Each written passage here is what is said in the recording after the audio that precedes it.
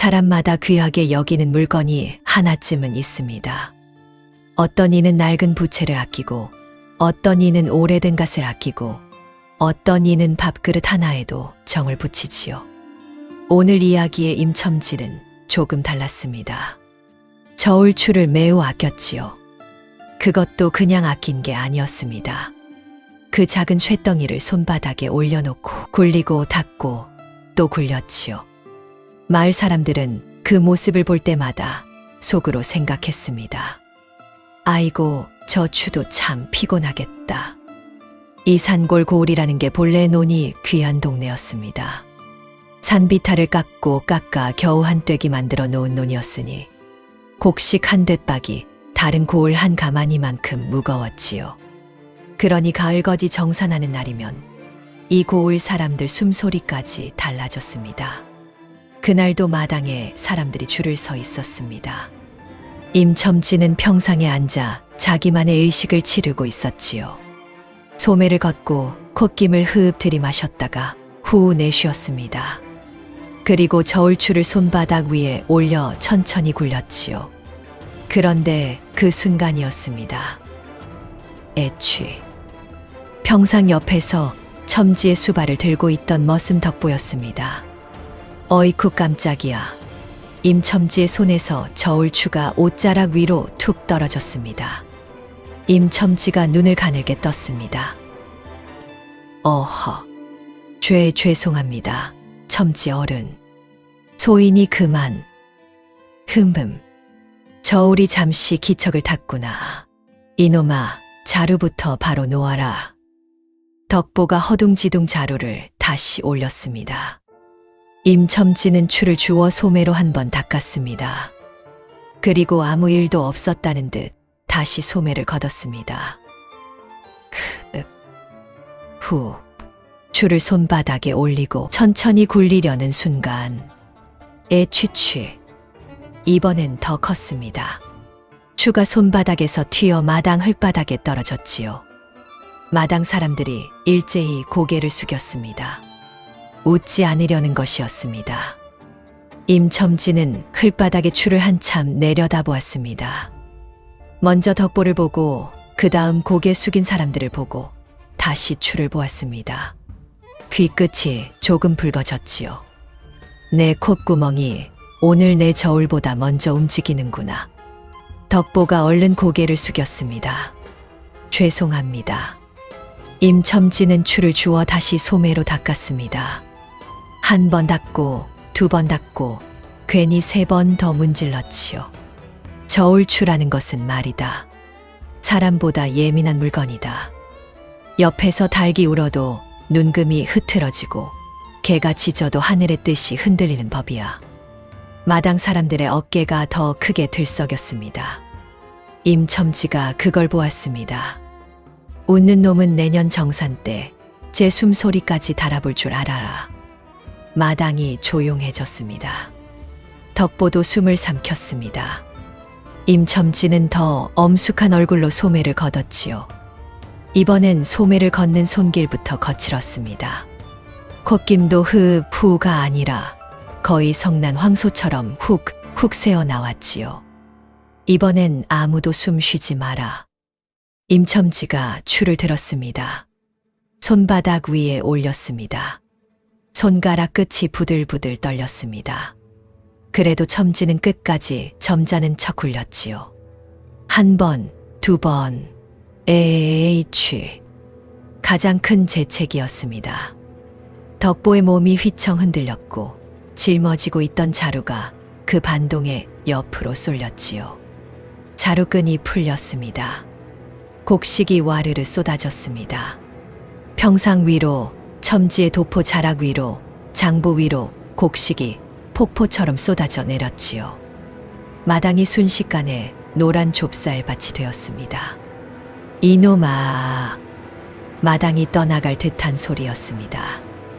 덕보가 빈 자루를 안고 황급히 허리를 숙였습니다. 죄송합니다. 첨지 어른. 제가 그만 또. 마당에 줄 선 사람들이 결국 참던 웃음을 터뜨렸습니다. 첨지가 곡식 한 줌을 마당에 휙 내던졌습니다. 오늘은 그만한다. 다들 물러가거라. 사람들이 서로 눈치를 보며 슬금슬금 자리를 떴습니다. 웃음을 참느라 등을 들썩이면서 말이지요. 안녕하세요. 찾아주셔서 감사합니다. 구독과 좋아요 부탁드립니다. 소동이 가라앉고 며칠이 지났습니다. 가을 거지가 끝물에 들어설 무렵 첨지댁 안채 부엌마당에서는 다른 일이 벌어지고 있었습니다. 한 해 동안 첨지댁 농사일을 거들어준 일꾼들에게 품삯으로 보리쌀을 나눠주는 날이었지요. 보리쌀은 이미 며칠 전부터 돛박으로 정확히 재어 한 사람 몫씩 자루에 나눠 묶어두었습니다. 끈으로 단단히 묶은 뭉치들이 부엌 마당 한쪽에 줄지어 놓여 있었지요. 한 해 동안 등이 굽도록 지게를 진 사람들이 그 뭉치를 받으러 새벽부터 줄을 서 있었습니다. 다들 낡은 옷에 손마디가 굵어진 사람들이었습니다. 1년에 손에 쥐는 게 이 뭉치 하나뿐인 사람도 있었지요. 그러니 다들 그 자루를 받아들 때만큼은 표정이 조금 풀어지곤 했습니다. 여기까지였으면 좋았을 것을. 그런데 임첨지는 그걸로 끝내지 않았지요. 마지막으로 한 번씩 달아보자. 돛박으로 이미 정확히 잰 것을 또 한 번 저울로 재겠다는 것이었습니다. 누구도 이상하다 여기지 않았습니다. 늘 그래왔으니까요. 첫 뭉치가 저울에 올랐습니다. 첨지가 소매를 걷고 콧김을 흡, 후. 줄을 손바닥에 올려 천천히 굴렸지요. 이거 너무 많이 들어갔구먼. 첨지가 눈금을 가리켰습니다. 덕보의 손은 이미 그 뭉치를 들었을 때부터 정확하다는 걸 알고 있었습니다. 한 돛박, 딱 그만큼. 더도 덜도 아니었지요. 그러나 첨지의 말은 곧 명령이었습니다. 한 바가지 빼라. 뭉치를 받아갈 일꾼이 그 자리에 서 있었습니다. 평생 흙을 만진 손이었지요. 덕보가 끈을 풀고 한 바가지를 덜어내는 모습을 그 일꾼은 그냥 보고 있었습니다. 표정이 거의 움직이지 않았지요. 마치 이미 세매두고 있었던 것처럼. 그러고는 옆 사람에게 낮게 한마디를 흘렸습니다. 작년에도 이랬지. 옆 사람도 고개만 끄덕였습니다. 그뿐이었습니다. 작년에도 이랬고 재작년에도 이랬다는 그 한마디 속에 이 마당에서 몇 해 동안 쌓여온 일들이 다 들어 있었습니다. 일꾼은 줄어든 자루를 짊어지고 뒤도 돌아보지 않고 걸어 나갔지요. 그 굽은 등이 마당을 빠져나가는 모습을 다음 차례를 기다리던 사람들도 묵묵히 지켜보고 있었습니다. 덕보는 그 등을 한참 보았습니다. 손에 든 돛박이 점점 무겁게 느껴졌습니다. 곡식의 무게가 아니라 다른 무게였습니다. 다음 최 어르신의 차례였습니다. 뭉치가 저울에 올랐습니다. 첨지가 또 의식을 시작했지요. 소매를 걷고 콧김을 흡, 후. 줄을 굴렸습니다. 그리곤 이미 정해둔 말처럼 입을 열었습니다. 올해 자네 일이 예년만 못했다고 들었네. 그러니 좀 줄여야겠어. 최 어르신은 아무 대답도 하지 않았습니다. 그저 고개를 숙이고 서 있었지요. 일은 넘은 몸으로 가을 내내 진 지게가 그 한마디로 가벼이 평가되고 있었습니다.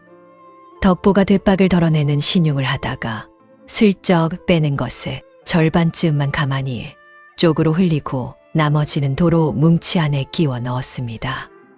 아무도 모르게 손끝으로만. 너 지금 뭐 하느냐? 첨지의 눈이 정확히 그 손을 보고 있었습니다. 덕보의 손이 멈췄지요. 아, 그게 끈이 헐거워서 다시. 내가 내 놈 손버릇을 모를까.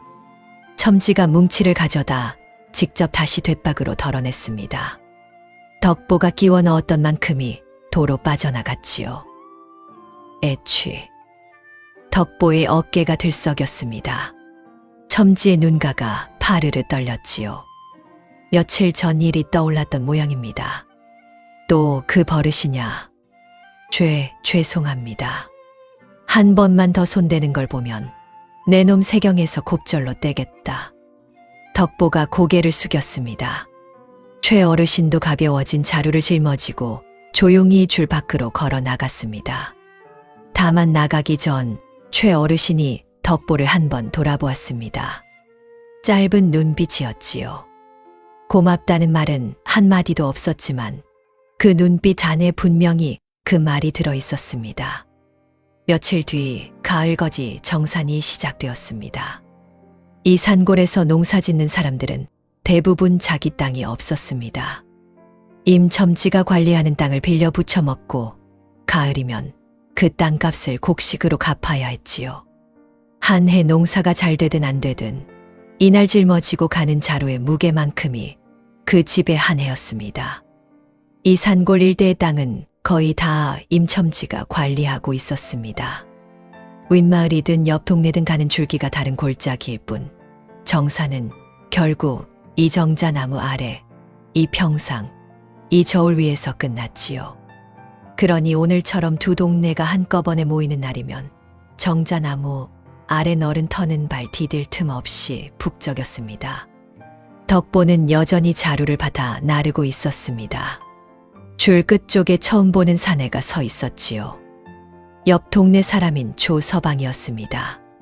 등에 진 자루가 다른 사람들 것보다 작았습니다. 안색도 좋지 않았지요.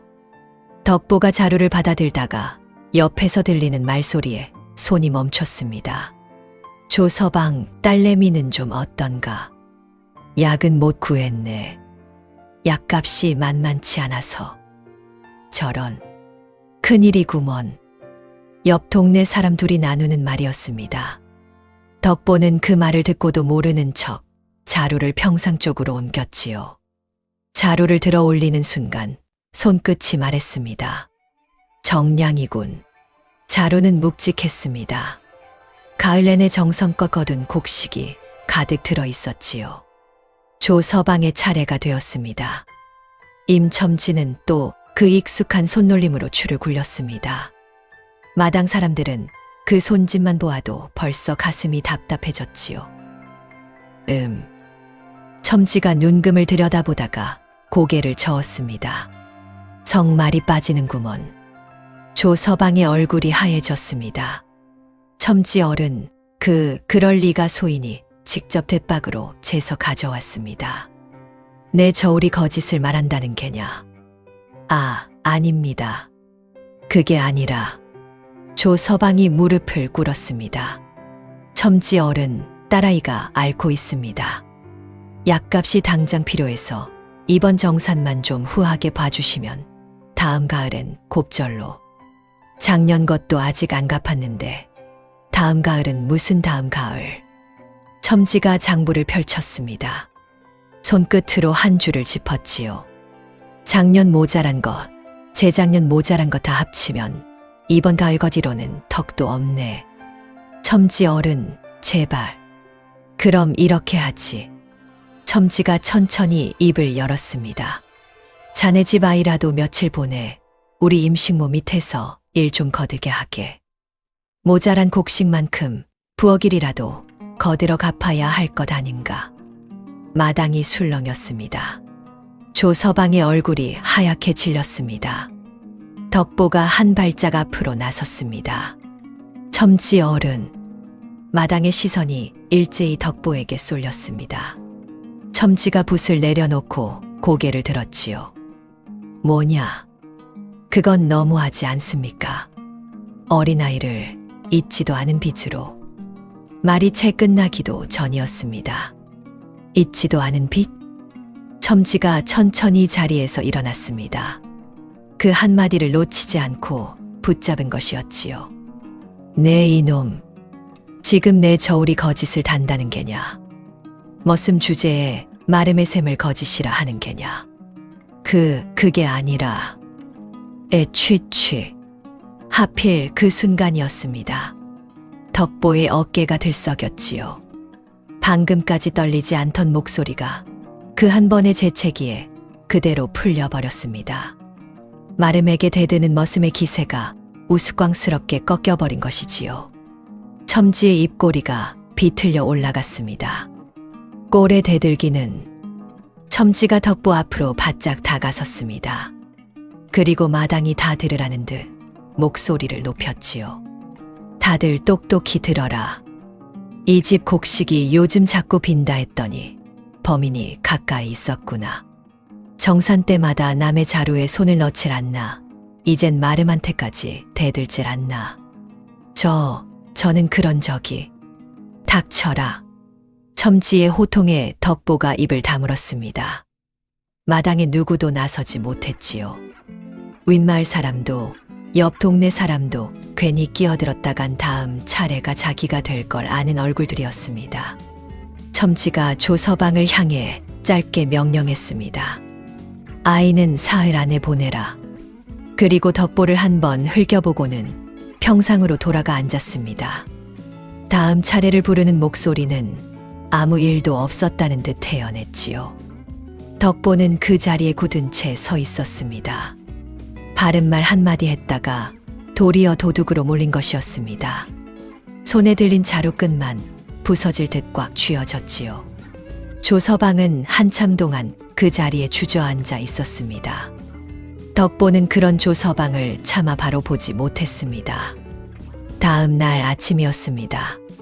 덕보는 그 전날 밤 거의 잠을 이루지 못했습니다.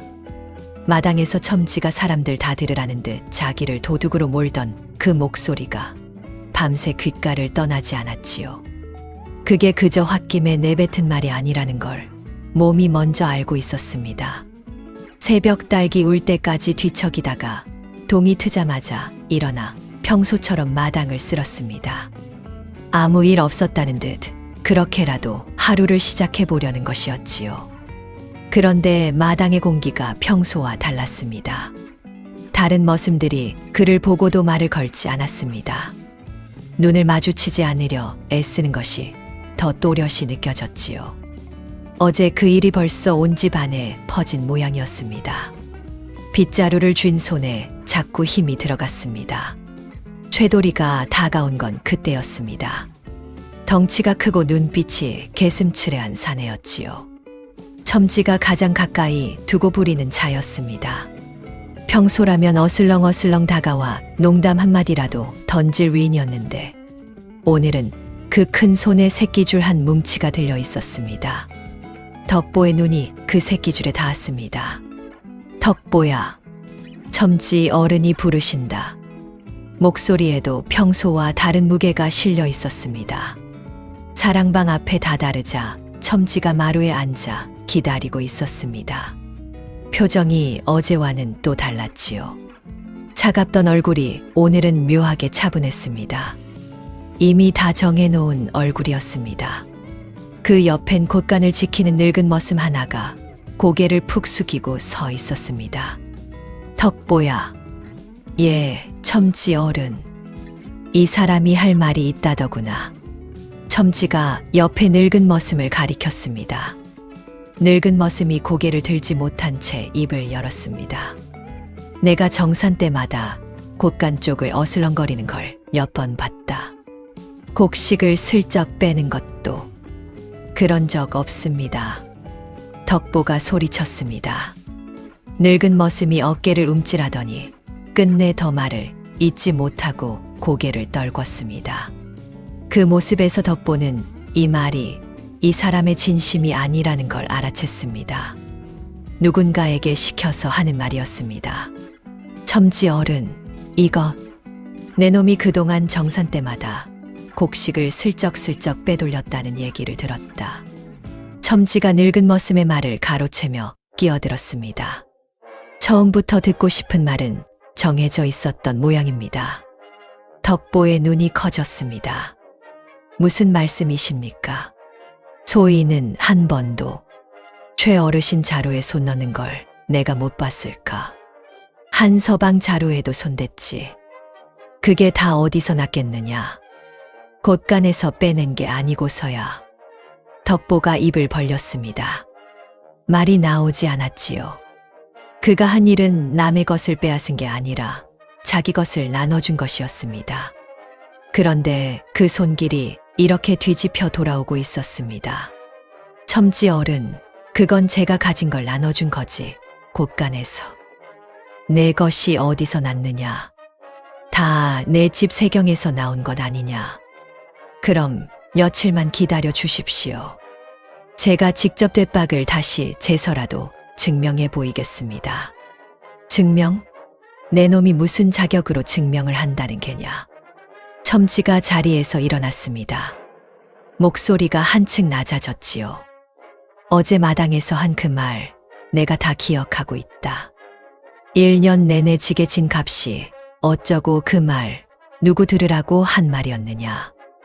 덕보는 그제야 깨달았습니다. 도둑이라는 누명은 그저 핑계였습니다. 진짜 죄목은 어제 마당에서 던진 그 한마디였던 것입니다. 오늘부로 곳간에 가둔다. 그동안 빼돌린 만큼 몸으로 갚아라. 쇠돌이가 새끼줄을 풀어 덕보의 양팔을 묶었습니다. 거칠게 당기는 손길에 덕보의 몸이 휘청였지요. 첨지 어른, 제발. 끌고 가라. 덕보가 끌려갔습니다. 발버둥 칠 수도 없었지요.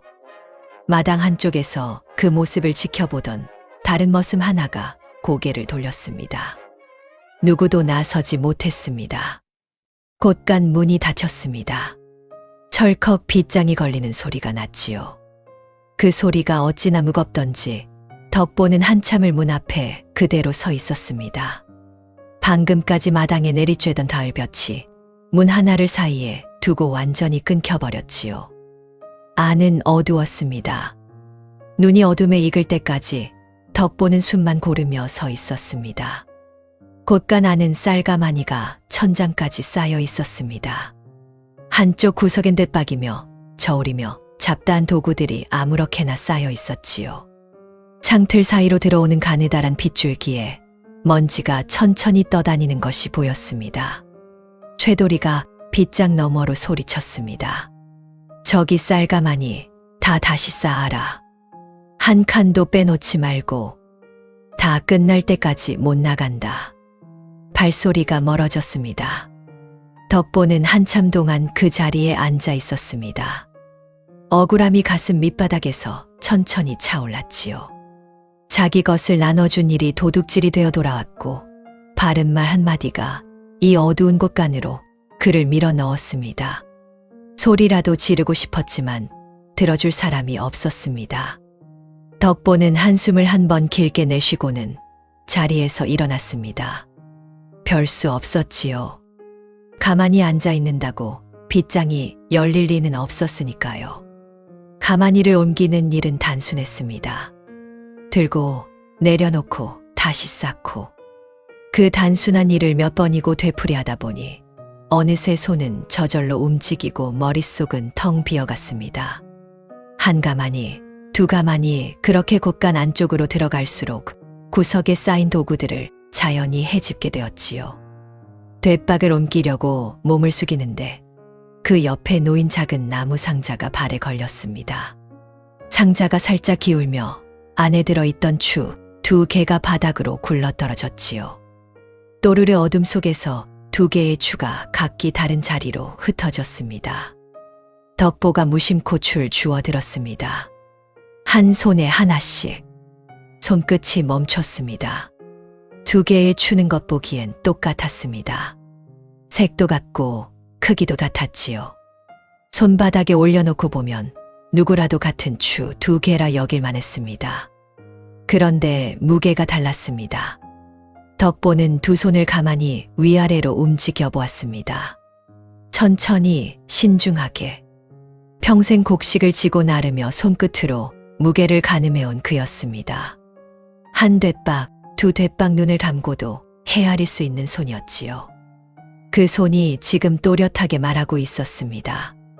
한쪽이 분명히 더 가볍다고.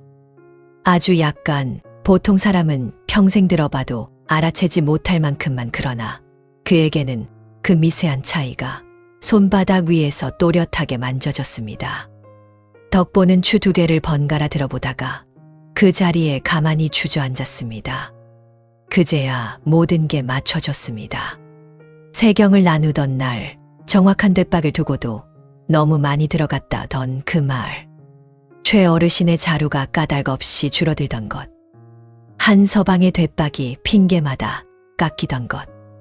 그리고 정산 마당에서 누가 봐도 묵직했던 조 서방의 자루가 성말이 빠진다던 그 순간까지 다 이 두 개의 추에서 시작된 일이었습니다. 같은 저울로, 같은 소매 걷는 손짓으로, 같은 콧김으로. 그러면서도 매번 다른 답을 내놓을 수 있었던 비밀이 바로 이 손바닥 안에 있었습니다. 덕보는 추 두 개를 가만히 내려다보았습니다. 분이 치밀어 올랐습니다.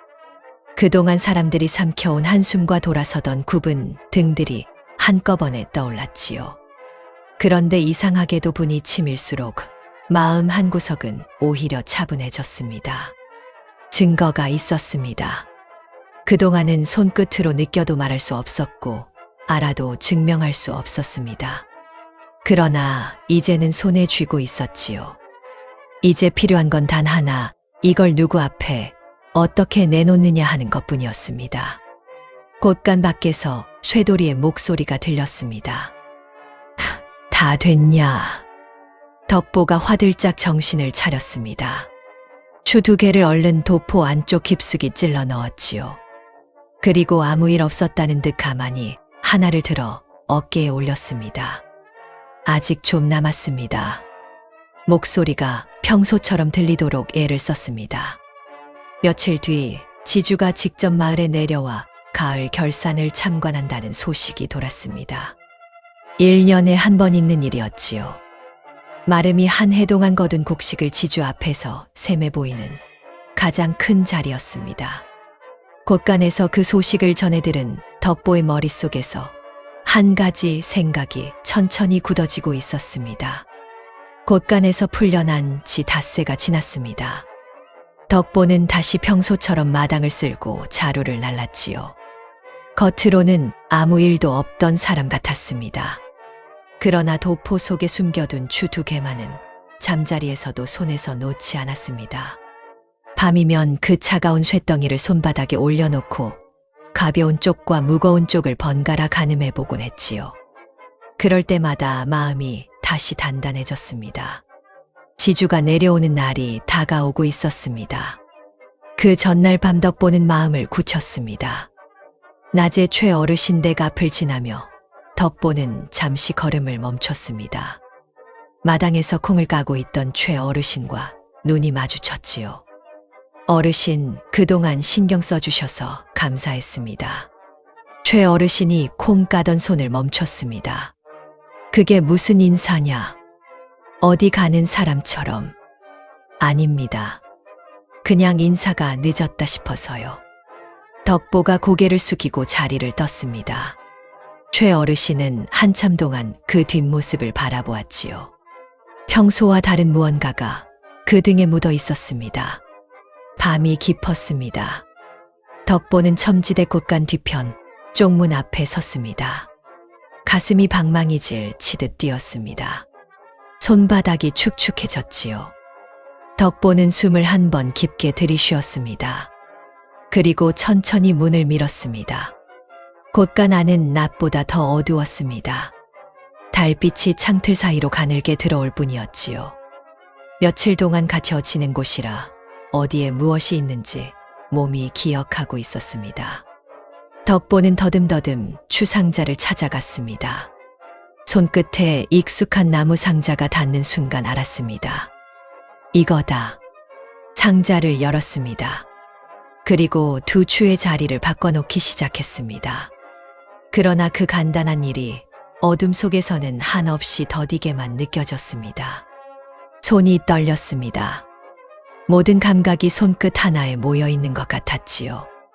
그런데 그 순간 목 안쪽이 간지러워졌습니다. 아, 안 돼.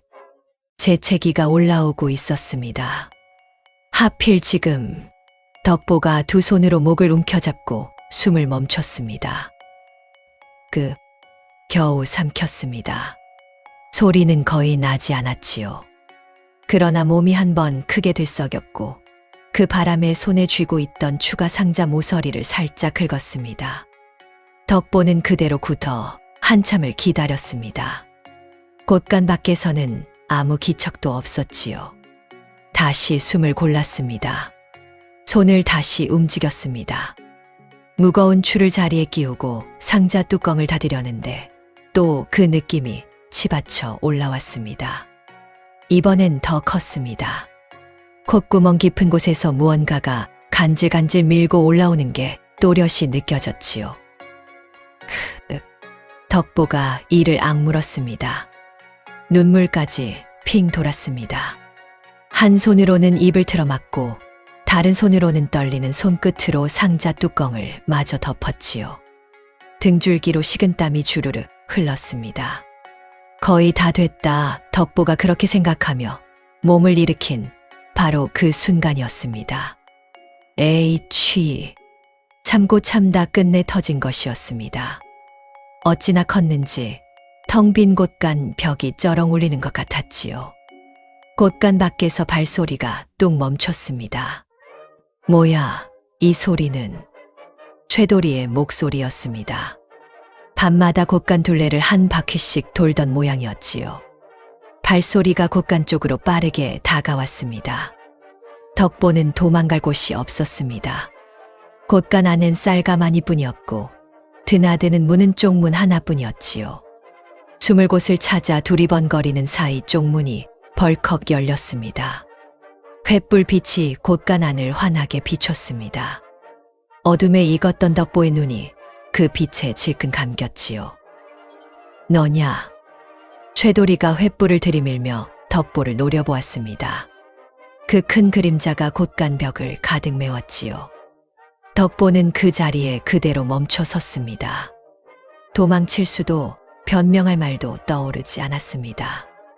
머릿속이 새하얘졌지요. 이 새벽의 곳간에서 뭘 하고 있어? 최도리가 성큼 다가와 덕보의 옷깃을 움켜잡았습니다. 그 소나기 힘에 덕보의 발이 바닥에서 들릴 듯했지요. 며칠 갇혀 있더니 정신을 못 차렸구나. 첨지 어른께 가자. 이번엔 곳간 청소로 안 끝나. 관하로 끌려갈지도 몰라. 덕보의 가슴이 철렁 내려앉았습니다. 큰일 났다. 여기서 끌려가면 끝이었습니다. 추를 바꿔놓은 것도 들통날 테고 그러면 지주 앞에 비밀을 내놓을 기회마저 영영 사라지는 것이었지요. 덕보가 발버둥을 쳐봤지만 쇠도리의 소나기는 꿈쩍도 하지 않았습니다. 그대로 곳간 밖으로 사랑방 쪽으로 질질 끌려나가는 바로 그 순간이었습니다. 이복의 쇠도리. 낮고 또렷한 목소리가 어둠 속에서 들려왔습니다. 덕보가 고개를 들었습니다. 최 어르신이었습니다. 어떻게 여기 계신 건지 묻고 싶었지만 너무 놀라 말이 나오지 않았습니다. 최 어르신은 지팡이를 짚고 천천히 다가왔습니다. 그 걸음에는 조금의 흔들림도 없었지요. 그 아이는 내가 심부름 시킨 개야. 내일 모레 결산인데 돛박을 잃어버려서 곳간에 여분이 있나 좀 찾아보라 했네. 최도리가 미간을 좁혔습니다. 덕보의 옷깃은 여전히 놓지 않은 채였지요. 이 새벽에 무슨 돛박을 찾는단 말입니까? 늙은이가 잠이 없어 그러네. 낮엔 자네들 일하는데 당해들까봐 일부러 이 시간을 골랐지. 최 어르신의 목소리는 조금도 흔들리지 않았습니다.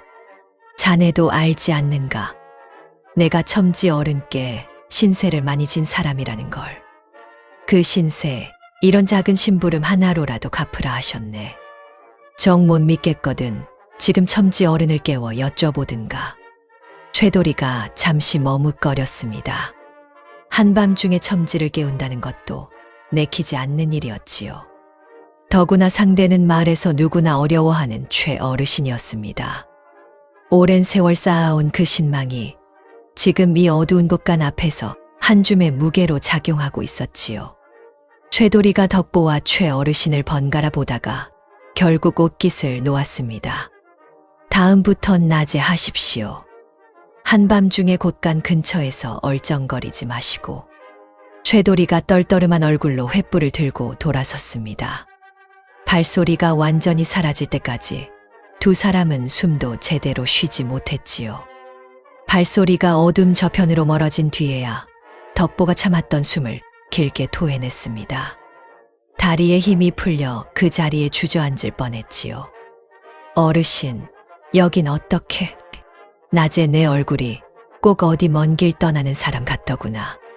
그런 얼굴로 인사하고 가는 녀석을 늙은이가 어찌 모른 척하고 잠이 오겠느냐. 최 어르신이 낮게 웃었습니다. 덕보도 따라 웃었지요. 며칠 동안 곳간에 갇혀 짊어지고 있던 그 무거운 것이 그 짧은 웃음 사이로 조금 가벼워졌습니다. 이제 다 됐는가? 예. 추는 바꿔놨습니다. 그래. 그럼 됐네. 최 어르신이 덕보의 어깨를 한 번 두드렸습니다. 어서 들어가 눈 좀 붙이게. 내일은 정신을 바짝 차려야 할 테니. 두 사람은 어둠을 가르며 각자의 집으로 돌아갔습니다. 하늘에 달이 낮게 걸려 있었지요. 내일이면 모든 게 드러날 것이었습니다. 다음 날 정산 마당에 천막이 새로 세워졌습니다. 지주가 직접 내려오는 날이었으니 평소와는 다른 격식이 필요했지요.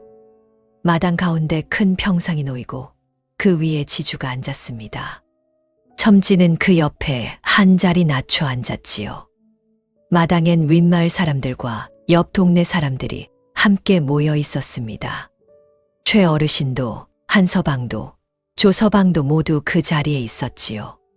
다들 멀찍이 서서 평상 위의 저울을 바라보고 있었습니다.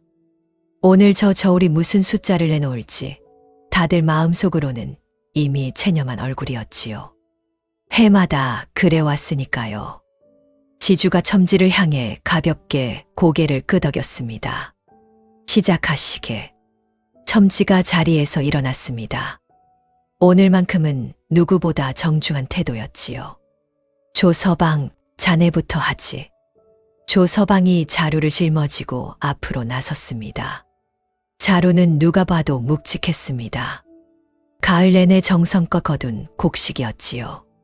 자루가 저울에 올랐습니다. 첨지의 눈이 눈금을 향했습니다. 그런데 첨지의 표정이 묘하게 굳었습니다. 눈금이 평소와 달랐습니다. 누가 봐도 묵직한 자루였는데 저울은 그 자루를 터무니없이 가볍게 셈하고 있었지요. 평소 같으면 곡식이 이만큼이나 모자라니 더 내놓아라 하며 빼앗을 빌미가 되는 눈금이었습니다. 그러나 오늘은 그 빌미를 쓸 수가 없었지요. 바로 옆에 지주가 앉아 있었으니까요. 첨지의 등줄기가 서늘해졌습니다. 이게 어찌 된 일이지? 분명 바른 추를 올렸는데 지주 앞에서는 늘 정직한 추를 쓰는 것이 첨지의 법칙이었습니다. 그래야 의심을 사지 않으니까요. 그런데 오늘은 그 바른 추를 올렸는데도 곡식이 자꾸만 모자라게 나오고 있었습니다. 첨지는 까닭을 알 수 없었지요. 어젯밤 그 바른 추가 수타룡 무거운 추와 자리를 바꿔치기 당한 줄은 꿈에도 몰랐으니까요. 다시 달아보자. 첨지가 자루를 내렸다가 다시 올렸습니다. 소매를 다시 걷고 콧김을 흡 후. 추를 다시 굴렸지요. 그러나 눈금은 똑같았습니다. 묵직한 자루가 여전히 가볍게 나오고 있었습니다. 마당의 사람들은 영문을 몰랐습니다. 다만 첨지의 얼굴이 점점 일그러지는 것만은 똑똑히 보였지요. 지주가 옆에서 눈금을 함께 들여다보았습니다. 임첨지, 저 자루가 저렇게 가벼울 리가 있는가? 내 눈으로 봐도 묵직해 보이는데 어찌 저울은 저리 적게 나오나? 지주의 목소리에 의아함이 묻어났습니다. 첨지의 가슴이 철렁 내려앉았지요. 평소 같으면 곡식이 모자라다는 게 첨지에게 이로운 말이었는데 지금은 정반대였습니다. 묵직한 자루를 가볍게 셈하고 있으니 자칫 지주가 이 저울이 사람을 속이는 것 아니냐고 의심하기 시작하면 그동안의 수법이 통째로 드러날 판이었지요. 아, 아닙니다. 저울이 오늘 좀 이상한 듯하여. 첨지가 식은땀을 흘리기 시작했습니다. 다음 사람의 자루가 올랐습니다. 역시 묵직한데도 가볍게 나왔지요.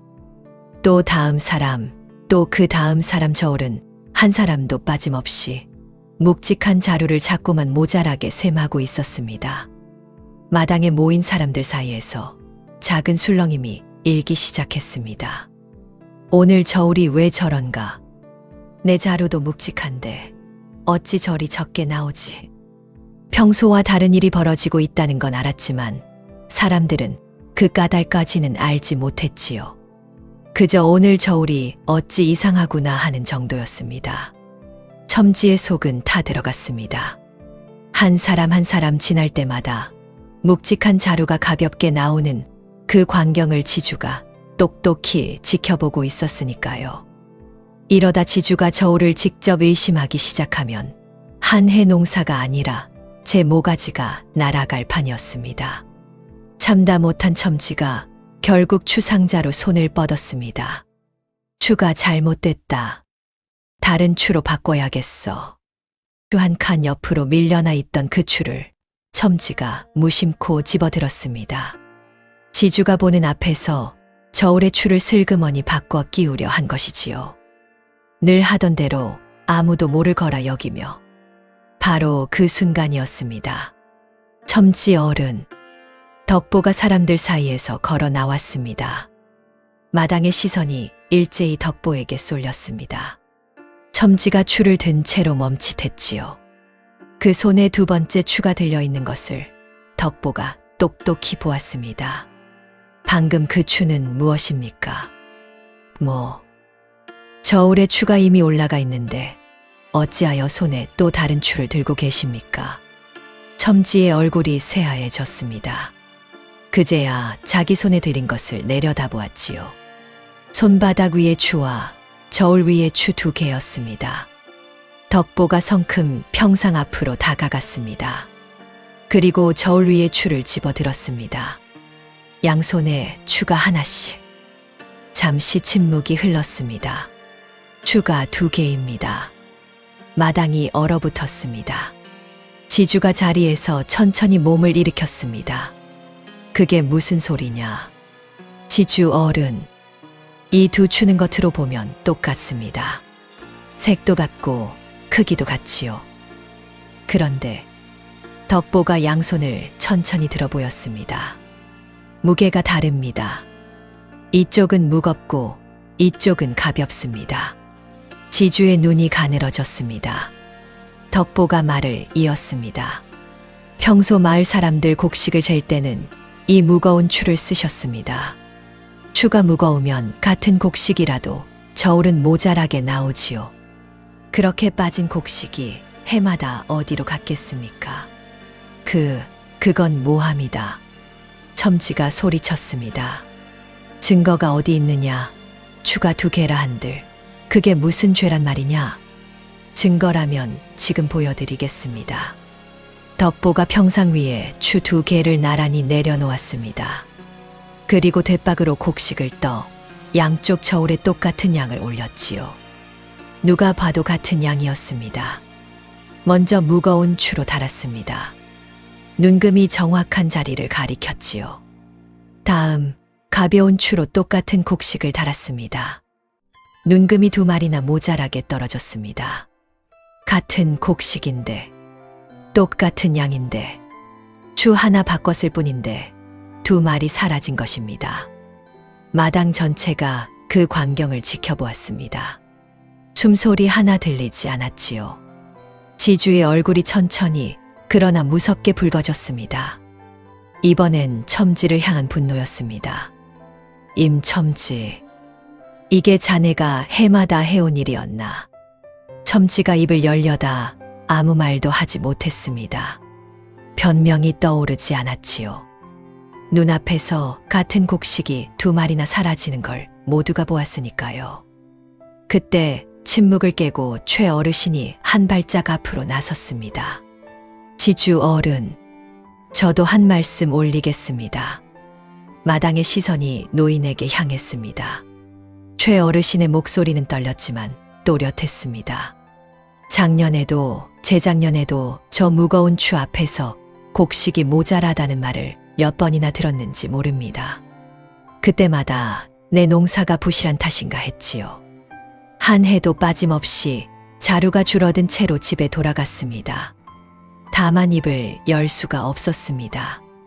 입을 열면 다음 해엔 땅을 빼앗길 테니까요. 한 서방도 고개를 끄덕이며 한 발짝 나섰습니다. 저도 마찬가지였습니다. 빌린 적도 없는 돛박 값을 깎이고도 아무 말 못했습니다. 조 서방이 무릎을 꿇었습니다. 목소리가 흐느낌으로 갈라졌지요. 마당 곳곳에서 사람들이 하나둘 입을 열기 시작했습니다. 윗마을 사람도 옆 동네 사람도 오랫동안 가슴속에 삼켜온 말들이 한꺼번에 터져 나오고 있었지요. 그것은 더 이상 한 사람의 고발이 아니었습니다.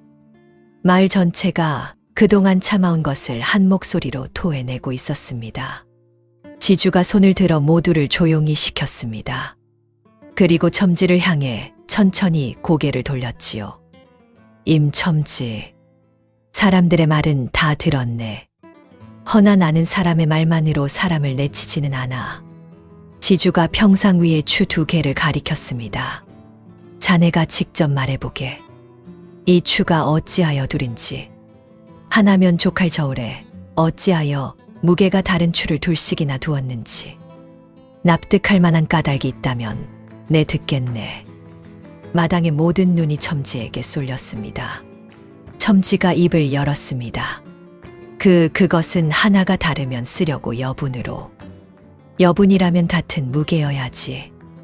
어찌하여 한쪽만 무겁나.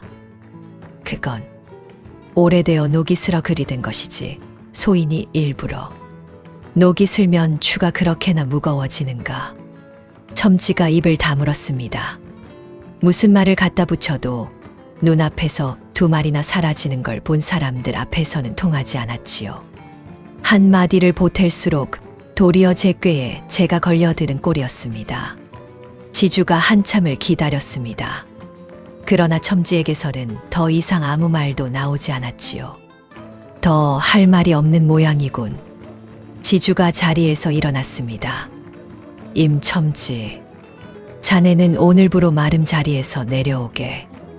그동안 모자라게 거둔 곡식은 하나하나 다시 셈하여 모두 돌려줄 것이네. 그리고 지주가 조 서방을 향해 고개를 돌렸습니다. 조 서방의 딸은 절대 데려가지 못한다. 첨지가 그 자리에 풀썩 주저앉았습니다. 손에 쥐고 있던 가벼운 추가 대구르르 굴러 평상 아래로 떨어졌지요. 더 이상 어떤 말도 나오지 않았습니다. 지주가 덕보를 향해 고개를 돌렸습니다. 내 이름이 덕보라 했나? 예, 그렇습니다. 도둑 누명을 쓰고 곳간에 갇혔었다 들었다. 그 또한 오늘로 모두 거두어 주겠다. 누명은커녕 내가 이 고을 사람들을 다 구한 셈이로구나. 그 말이 떨어지기가 무섭게 마당 어딘가에서 누군가 2 팔을 번쩍 치켜들었습니다. 덕보 만세. 처음엔 한 사람이었습니다. 그러나 그 한마디가 신호라도 된 듯 마당 곳곳에서 사람들이 너도 나도 2 팔을 들어 올렸지요. 덕보 만세, 만세. 이제 살았다. 우리 곡식 다 돌려받는다. 윗마을 사람도 옆 동네 사람도 그동안 가슴을 짓누르던 것이 한꺼번에 터져 나오듯 목청껏 소리쳤습니다. 누군가는 옆 사람을 부둥켜 안았고 누군가는 제 자루를 머리 위로 번쩍 들어 흔들었지요. 안악들은 치맛자락으로 눈가를 훔치면서도 웃고 있었습니다. 아이들은 영문도 모른 채 덩달아 마당을 뛰어다니며 만세, 만세를 외쳤지요. 한 해 농사를 통째로 빼앗기고도 입 한 번 못 대던 사람들이었습니다. 그 오랜 침묵이 이제 환호가 되어 산골 마당을 가득 메우고 있었습니다. 덕보는 그 한가운데 멍하니 서 있었습니다. 며칠 전만 해도 도둑으로 몰려 어두운 곳간에 갇혀있던 자신이 지금은 마을 사람들의 만세 소리에 둘러싸여 있다니 도무지 실감이 나지 않았지요. 누군가 다가와 덕보의 등을 힘차게 두드렸습니다. 또 누군가는 그의 손을 덥석 잡고 흔들었지요. 고맙네, 덕보. 정말 고맙네. 지주가 추 2개를 내려다보다가 문득 한마디를 더 덧붙였습니다. 그런데 그 손끝 어디서 배운 재주인가? 추 2개의 무게 차이를 손으로 알아챘다니. 덕보가 머리를 긁적였습니다. 평생 곡식을 지고 나르다 보니 저절로 그렇게 됐습니다. 애취. 방금까지 만세를 부르던 마당에 이번엔 다른 종류의 웃음이 번졌습니다. 최 어르신이 가장 먼저 허허허 하고 너털웃음을 터뜨렸고 그 웃음을 따라 사람들이 또 한 번 배를 잡고 웃었지요. 환호의 열기가 채 식지 않은 자리에 이번엔 따뜻한 웃음이 겹쳐 얹혔습니다. 지주마저 헛기침을 하며 웃음을 참다가 결국 끄끄 소리를 내고 말았지요. 그 옛날 저울 의식을 하다 첨지가 곡식을 뒤집어 쓰던 날에도 마당은 웃음바다였습니다. 그러나 그날의 웃음과 오늘의 웃음은 같은 마당, 같은 사람들의 웃음이었지만 그 결이 사뭇 달랐지요. 긴 긴장이 풀리고 난 마당에 그제야 가을 햇살이 제대로 내려앉았습니다. 며칠 뒤 첨지댁이 아니라 마을 어귀 너른 마당에서 세경을 나누는 날이 잡혔습니다.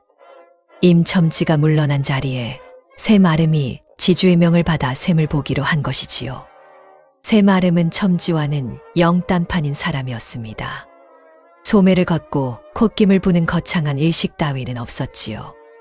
그저 저울 하나를 평상에 올려놓고 뭉치를 달고 눈금을 읽어 그대로 건넸습니다. 추도 단 하나뿐이었습니다. 더 꺼낼 추도 바꿔 끼울 추도 없었지요. 한 톨도 안 모자라네. 가져가시게. 그 말 한마디가 마을 사람들에게는 그렇게 낯설고도 반가울 수가 없었습니다. 뭉치를 받아 든 사람들이 자루를 손으로 한번 가늠해보고는 비로소 얼굴을 폈습니다. 모자라지 않았으니까요. 한 해일한 값이 깎이지 않고 고스란히 손에 들어왔으니까요. 줄 끝에 조서방이 서 있었습니다.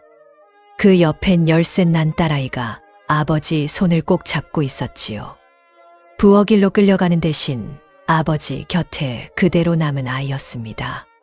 조서방이 뭉치를 받아 들고는 마당 한쪽에 서 있던 덕보를 향해 깊이 고개를 숙였습니다. 말은 없었지만 그 한 번의 인사에 모든 것이 담겨 있었지요. 덕보도 마주 고개를 숙였습니다.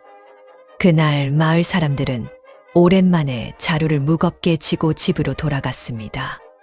자루는 무거웠지만 그 무게가 하나도 버겁지 않았다고 세월이 흘렀습니다. 덕보는 그 뒤로도 마을에 그대로 눌러앉았습니다. 임첨지를 끌어내린 그 머슴이라 하여 마을에서 모르는 사람이 없었지요.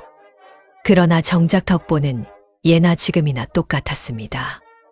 마당을 쓸고 자루를 나르고 변한 것이 있다면 이제 그의 일이 누구에게도 빼앗기지 않는 일이 되었다는 것뿐이었지요.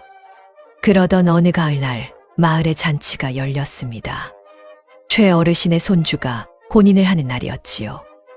마당 가득 음식이 차려지고 사람들이 둘러앉아 흥겹게 웃고 떠들었습니다. 술이 몇 순배 돌자 누군가가 덕보를 불러 세웠습니다. 덕보, 자네가 한마디 해야지. 그날 첨지 끌어내린 얘기 여기 새로 온 사람들은 모른다네. 사람들이 옳지 하며 박수를 쳤습니다. 덕보가 손사래를 치다가 등 떠밀려 엉거주춤 일어섰지요. 수십 개의 눈이 일제히 자기를 바라보자 덕보의 얼굴이 점점 굳어갔습니다. 그 옛날 곳간에 잠입하던 담처럼 목 안쪽이 스멀스멀 간지러워지기 시작했지요. 그게 그러니까 그날은 애취. 덕보의 어깨가 들썩였습니다. 들고 있던 술잔이 휘청 옆 사람에게 쏟아질 뻔했지요. 그러니까 그날. 애취치. 이번엔 더 컸습니다. 사람들이 키득거리기 시작했지요. 덕보가 결국 술잔을 내려놓고 머쓱하게 웃으며 자리에 도로 앉았습니다. 아무래도 이 얘기는 제가 하면 안 되겠습니다. 한마디 할 때마다 재채기가 나서야 마당에 웃음이 터졌습니다. 최 어르신이 가장 크게 웃었지요. 그 옛날 어두운 곳간 앞에서 함께 숨죽이던 두 사람이 이제는 환한 잔치상 앞에 마주 앉아 소리내어 웃고 있었습니다. 이렇게 덕보가 저울추 2개로 마을의 묵은 억울함을 풀어낸 뒤 산골 마을에는 오랜만에 웃음이 돌아왔습니다. 그런데 웃음이라는 것이 참 묘하지요. 저울 앞에서도 터지고 잔치상 앞에서도 터지고 때로는 세상에서 가장 점잖아야 할 혼례날에도 터집니다. 앞 이야기에서는 저울추 하나가 온 마을을 뒤집어 놓았다면 이번 이야기에서는 안개 낀 고갯길 하나가 두 집안의 혼례를 뒤집어 놓습니다. 자, 이번에는 신랑이 제 집으로 가지 않고 엉뚱한 집 대문 앞에 서게 된 아주 난처하고도 우스운 혼례날 이야기로 가보겠습니다. 혼례날 아침은 어느 집이나 마음이 바쁩니다. 마당은 쓸고 또 쓸고 부엌에서는 솥뚜껑이 들썩이고 어른들은 괜히 헛기침을 하며 옷매무새를 고치지요. 신랑이 무사히 오고 신부가 곱게 절하고 손님들이 밥 한 그릇 든든히 먹고 가면 그날 혼례는 잘 치른 셈입니다. 이번에는 그런 혼례를 앞둔 두 집안으로 가보려 합니다. 충청도 어느 고을에는 야산 하나를 사이에 둔 두 마을이 있었습니다. 한쪽엔 배나무골이, 다른 쪽엔 기와골이 있었지요. 배나무골엔 한진사댁이 살았고 기와골엔 최부잣집이 살았습니다. 한진사댁은 가문은 있으나 살림이 기운 집이었습니다. 한진사 어른이 일찍 세상을 뜬 뒤로 곳간이 자꾸 헐거워졌지요. 그래도 한진사댁 부인은 양반 가문이라는 자부심만큼은 끝까지 놓지 않았습니다. 다만 곳간을 들여다볼 때면 그 자부심이 어쩐지 헛헛하게 느껴지는 것이었어요. 딸서리는 곱고 단정한 처자였습니다. 정혼자는 윤도령 가난한 선비집 아들이었지요. 글재주가 고을에서 손꼽힌다 했습니다. 다만 몸이 약하고 집안은 한진사댁보다 더 가난했지요. 기와골 최부잣집은 반대였습니다. 곡식이 그득그득한 곳간에 기와지붕이 마을에서 제일 번듯했지요. 그러나 가문을 따지면 입을 다물어야 했습니다. 최부잣집 부인은 그게 늘 마음에 걸렸어요. 곳간을 보면 든든했다가 가문 이야기만 나오면 어깨가 절로 좁아졌지요.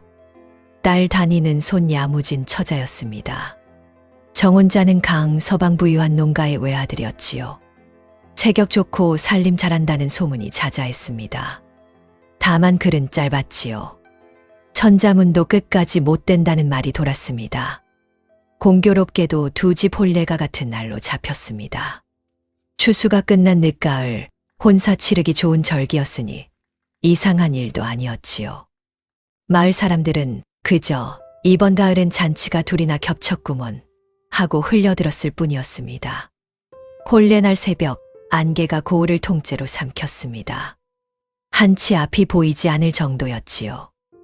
윤도령의 행렬이 야산 고갯길로 들어섰습니다. 야윈말 한 필, 인부 하나 초라하지만 갖출 것은 갖춘 행렬이었지요. 같은 시각 강서방의 행렬도 같은 고갯길에 들어섰습니다. 튼튼한 말, 풍채 좋은 상객, 짐짝 가득한 함 떠들썩한 행렬이었지요. 안개 속에서 두 행렬이 서로 마주 지나쳤습니다. 누구도 알지 못했지요. 고갯길 너머에서 길이 둘로 갈라졌습니다. 평소엔 또렷이 보이던 달림길 표지목이 안개 속에선 그저 희끄무레한 그림자였지요. 윤도령의 안부가 헛기침을 하며 한쪽 길을 가리켰습니다. 이쪽인 듯합니다. 강서방의 상객도 반대쪽을 가리켰지요. 저쪽이 맞을 것이오. 닭이 어디선가 울었습니다. 개가 컹컹 짖었지요. 안개 속에서 그 소리마저 방향을 헤집어 놓았습니다. 두 행렬은 그렇게 서로 다른 길로 서로 다른 신부 집을 향해 걸어 들어갔습니다.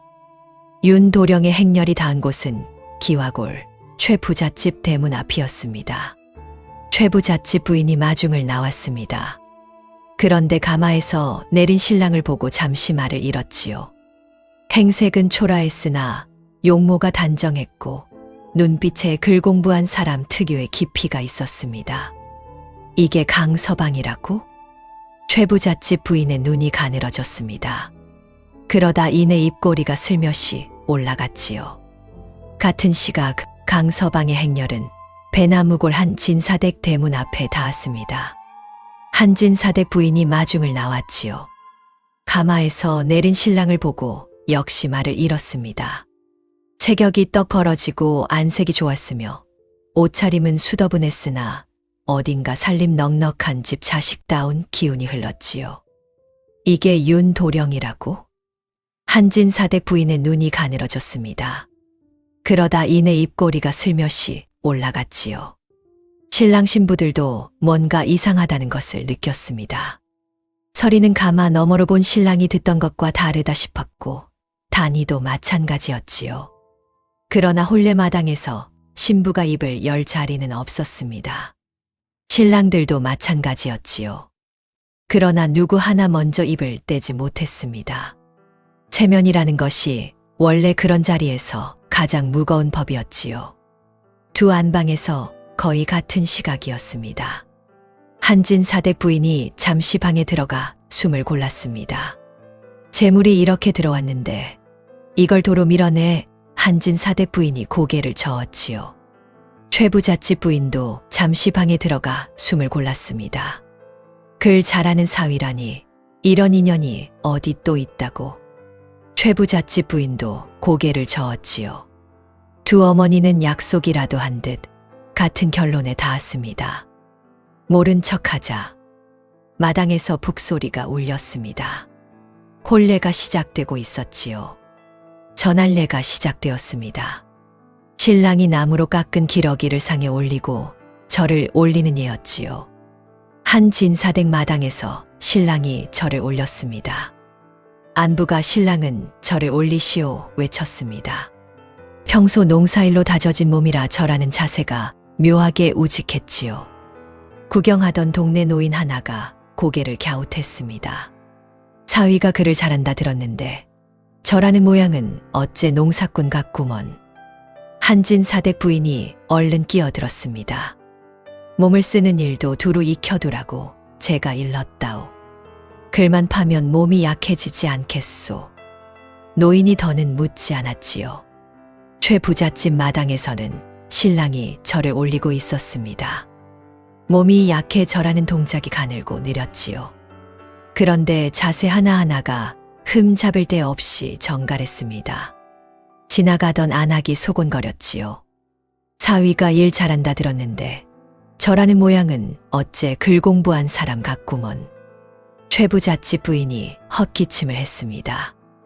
예법도 좀 갖춰야 한다고 제가 따로 가르쳤다오. 안악이 고개를 끄덕이며 물러갔습니다.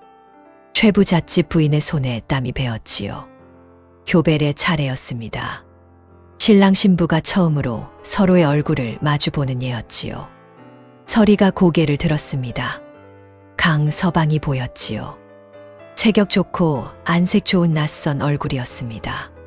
서리의 가슴이 한 번 쿵 내려앉았지요. 그러나 곧 고개를 숙였습니다. 자리가 자리였으니까요. 강서방도 고개를 들었습니다. 곱고 단정한 신부였지요. 강서방의 귀가 슬며시 붉어졌습니다. 그러나 더 보지 못하고 다시 고개를 숙였지요. 두 사람 다 속으로 같은 생각을 했습니다. 내가 듣던 사람이 아닌데. 그러나 입 밖으로는 내지 않았습니다. 같은 예가 최 부잣집 마당에서도 치어지고 있었습니다. 단이가 고개를 들었습니다. 윤도령이 보였지요. 야위였으나 눈빛이 깊은 사람이었습니다. 단이의 가슴이 한 번 쿵 내려앉았지요. 곧 고개를 숙였습니다. 윤도령도 고개를 들었습니다. 손이 야무지고 눈매가 또렷한 신부였지요. 윤도령의 귀가 슬며시 붉어졌습니다. 곧 다시 고개를 숙였지요. 두 사람도 속으로 같은 생각을 했습니다. 내가 듣던 사람이 아닌데 역시 입 밖으로는 내지 않았습니다. 합근래 술잔을 나누는 예였습니다. 한 진사댁 마당에서 상객이 축원의 말을 올렸습니다. 이 댁 사위될 분은 학문이 깊고 장래가 기대된다 들었으니 마당이 잠시 조용해졌습니다. 신랑의 떡 벌어진 체격을 본 구경꾼들이 그 말과 신랑의 풍채를 번갈아 보며 고개를 갸웃했지요. 한진사댁 부인이 손뼉을 짝 쳤습니다. 자, 술잔 올리세. 좋은 날에 무슨 말이 그리 많아. 손뼉 소리에 사람들의 시선이 흩어졌지요. 술잔이 오갔습니다. 최 부잣집 마당에서는 정반대의 위기가 있었습니다. 상객이 말했지요. 이댐 사위될 분은 살림이 넉넉하고 일을 잘하니. 구경꾼들이 신랑의 야윈 몸을 보며 또 수군거렸습니다. 최 부잣집 부인이 얼른 술병을 들고 나섰습니다. 이 좋은 날 술이 빠지면 안 되지. 자, 한 잔 더. 술잔이 분주히 오가는 사이 말은 그대로 흩어져 버렸습니다. 그런데 바로 그때였습니다.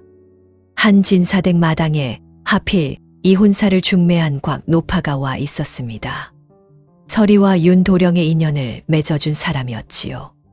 사주단자를 주고받을 때 윤도령의 얼굴을 직접 본 적이 있었습니다. 곽노파가 신랑을 한참 들여다보다가 고개를 갸웃했습니다. 내가 본 윤도령은 이렇게 체격이 크지 않았는데. 주변 사람들이 그 말을 들었습니다.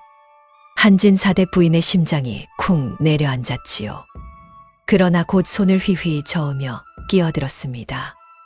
아이고, 그 사이 장가갈 욕심의 밥을 좀 늘려 먹었나 보. 보약도 좀 해 먹였고.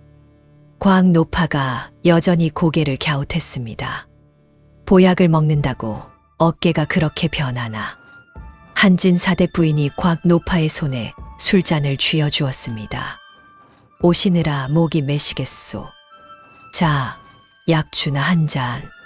곽노파가 술잔을 받아들었습니다. 의심은 술잔 밑에 가라앉았지요. 그러나 완전히 사라진 것은 아니었습니다. 본래 마당 한 구석 사람들 눈을 피해 서리와 강서방이 잠시 나란히 서게 되는 순간이 있었습니다. 다음 절차로 넘어가기를 기다리는 짧은 틈이었지요. 강서방이 헛기침을 하고 작게 말했습니다. 신부 손에 흙물이 좀 들었습니다. 농사일을 좀 하셨소. 보통 신랑이라면 묻지 않을 말이었지요. 그러나 서리는 그 말이 싫지 않았습니다. 장독 옮기다 그랬습니다. 장독을 신부 손으로요? 저희 집엔 손이 많지 않습니다. 강서방이 잠시 서리를 보았습니다. 그리고 불쑥 말했지요. 제가 옮겨드리리다. 이제부터는. 서리가 처음으로 고개를 들어 강서방을 정면으로 보았습니다. 짧은 눈맞춤이었지요. 그러나 둘 다 그 말이 가슴에 콱 박혔습니다. 밤이 깊었습니다. 한진사댁 안방에 한진사댁 부인이 홀로 앉아 있었지요.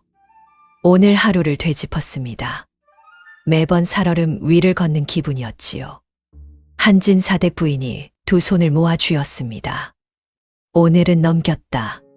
그런데 내일은 사돈집 인사가 있을 것이었습니다. 윤도령의 부모가 직접 찾아올 차례였지요. 한진사댁 부인의 등에 식은땀이 흘렀습니다. 그러나 곳간에 새로 들인 곡식 가마니를 생각하면 등은 식어도 손은 멈추지 않았지요. 어떻게든 되겠지. 한진사댁 부인이 등잔불을 불어 끓었습니다. 같은 시각 최 부잣집 안방에서도 최 부잣집 부인이 홀로 앉아 있었지요. 오늘 하루를 되짚었습니다. 마찬가지로 고비마다 술병을 들고 넘겼지만 매번 가슴이 철렁했었지요. 최 부잣집 부인도 두 손을 모아 쥐었습니다. 오늘은 넘겼다. 그런데 내일은 최 부잣집 부인의 등에도 식은땀이 흘렀습니다. 그러나 사위가 장차 과거에 급제할 모습을 그리면 등은 식어도 손은 멈추지 않았지요. 어떻게든 되겠지. 최 부잣집 부인도 등잔불을 불어 끌었습니다. 야산 너머로 같은 달이 두 집 지붕을 고르게 비추고 있었습니다. 그러나 두 어머니가 끈 등잔불보다 내일 아침 들이닥칠 일이 먼저 그 어둠을 깨우게 될 것이었습니다. 한 진사댁 첫날 밤이 지난 아침이었습니다. 서리가 장독대로 향하려는데 강서방이 먼저 나와 큰 독을 번쩍 안아 옮기고 있었지요. 신부, 어제 약속하지 않았소. 이제부터는 내가 옮긴다고. 서리가 잠시 멈춰 섰습니다. 시집 온 첫날부터 장독을 손수 옮기는 신랑은 들어본 적이 없었지요. 강서방은 그뿐 아니라 기울어진 헛간 문짝도 손봤고 곳간 지붕의 새는 곳도 살펴보았습니다. 손이 야무지고 부지런했지요. 서리의 입가에 슬며시 웃음이 번졌습니다. 최 부잣집에서는 다른 풍경이 펼쳐지고 있었습니다. 단이가 곡식 장부를 들여다보다가 끝내 한숨을 내쉬었지요. 숫자는 알았으나 한자로 적힌 품목 이름들이 헷갈렸습니다. 평소엔 어림짐작으로 넘어갔지요. 윤도령이 곁에 다가와 장부를 들여다보았습니다. 이건 보리, 이건 콩 글자 옆에 작게 적어드리리다. 붓을 들어 한자 옆에 또박또박 풀이를 달았지요. 단이의 눈이 동그래졌습니다. 이렇게 적어주시면 저도 다음엔 혼자 읽을 수 있겠습니다. 가르쳐 드리리다. 어렵지 않소. 단이가 고개를 숙였지만 숨길 수 없는 웃음이 입가에 걸려 있었지요. 장터의 소문이 돌기 시작한 것은 그 무렵부터였습니다. 포목전 앞에서 안악 둘이 소곤거렸지요. 한 진사대 강서방 말이오. 요즘 손이 어찌나 빨라졌는지 헛간이고 지붕이고 다 손봤다더이다. 그러게요. 원래도 일 잘한다 했지만 요즘은 또 유독 다정해졌다고들 하더이다. 다른 쪽에서는 또 다른 이야기가 돌았습니다. 최 부잣집 윤도령은 요즘 장부를 도맡아 본다지요. 한자도 술술 풀어 적어준다고. 가난한 선비집 아들이라 살림은 모를 줄 알았는데 의외로 꼼꼼하다더이다. 지나가던 광노파가 그 말들을 귓전으로 흘려들었습니다. 그러다 걸음을 멈추었지요. 강서방이 다정해졌다고, 윤도령이 장부를 본다고. 뭔가 거꾸로 들리는 말이었습니다. 광노파가 직접 두 집을 다시 찾았습니다. 먼저 한 진사댁이었지요. 마당 한 구석에서 윤도령이 지붕을 손보는 것을 한참 지켜보았습니다. 체격이며 손놀림이며 아무리 봐도 글 공부한 선비집 아들의 솜씨가 아니었지요. 다음으로 최 부잣집을 찾았습니다. 강서방이 장부에 붓글씨를 써 내려가는 것을 보았지요. 가늘고 정갈한 손끝이었습니다. 광노파가 고개를 끄덕끄덕했습니다. 이거 영 이상하구먼. 입 밖으로 내지는 않았습니다. 다만 돌아가는 길에 중얼거렸지요. 이달 안에 관아의 혼인 호적 올릴 차례인데 신랑 이름이랑 얼굴이 이렇게 안 맞아서야 어디 가서 올리나. 그 말을 들은 사람은 없었습니다. 그러나 광노파의 발걸음은 평소보다 조금 더 바빠졌지요. 한진사댁 부인과 최 부잣집 부인이 장터에서 마주친 것은 그 며칠 뒤였습니다. 한진사 부인, 그간 평안하셨소. 최 부잣집 부인도 평안하셨소. 듣자 한이 사위가 글솜씨가 좋다고 소문이 자자하던데 최 부잣집 부인의 눈이 살짝 가늘어졌습니다. 고을 사람들이 말이 많아서 그렇소. 한 진사 부인댁 사위도 일솜씨가 좋다고 다들 부러워하던데 부러울 것까지야. 두 부인이 서로 부채로 입가를 가리며 웃었습니다. 웃음 끝이 묘하게 날카로웠지요. 한 진사 부인, 혹시 요즘 광노파가 댁에도 자주 들렀소. 한진사댁 부인의 손이 부채 위에서 멈추었습니다. 글쎄요, 딱히 발걸음한 일은 없는 듯한데요. 그렇구려. 우리 집엔 며칠 사이 2번이나 다녀갔는데 두 부인이 서로의 얼굴을 잠시 들여다보았습니다. 무언가를 캐내려는 눈빛이었지요. 그러나 둘 다 더는 묻지 않았습니다. 묻는 순간 자기 쪽 패도 드러날 것이었으니까요. 그럼 다음에 또 뵙세.